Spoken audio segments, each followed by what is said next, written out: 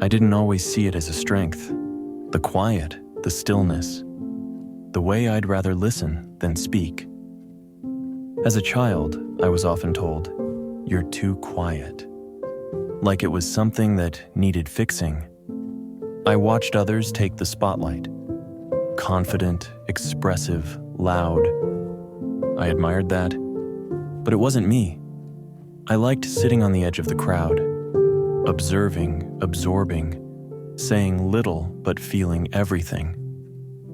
At the time, I thought that meant I was missing something. Now I know. I was just wired differently, and that difference is its own kind of power. The world doesn't make it easy for quiet people. We're surrounded by noise, by fast talkers, bold personalities, constant sharing. The louder the voice, the more it seems to be heard. But here's what I've come to understand. Volume isn't value. Noise isn't depth.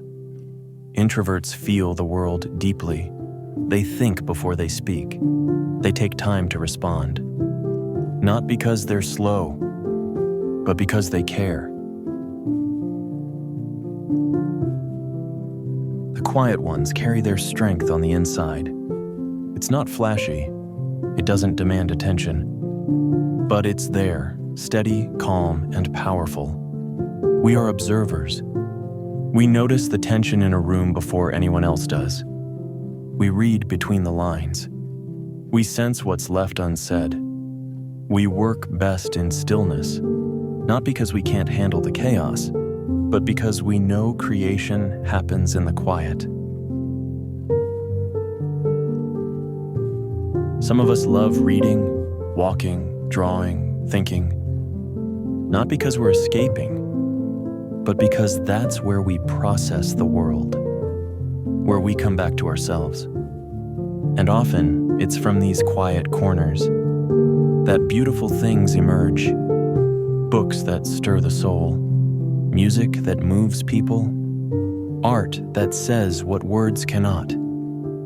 Think of Emily Dickinson writing quietly from her room, or Vincent van Gogh painting stars he couldn't explain in words.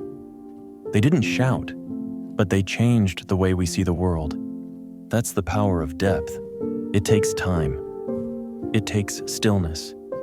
And introverts know how to stay with something long enough for it to become real. I have a small circle of friends. We don't talk every day, but when we do, it's honest. It's deep. It matters. I've learned to protect my energy, to find quiet corners in loud days, to say no to what drains me and yes to what fills me. The world often asks us to be more social, more vocal, more visible, but I've stopped trying to meet those expectations because who I am, quiet and all, is enough. Extroverts move like rivers, fast, loud, always rushing forward. They sparkle in the sunlight, flowing with stories and momentum. But introverts, we're like deep water, still on the surface, but holding entire worlds underneath. You may not see the current, but it's there. Quiet, steady, and strong.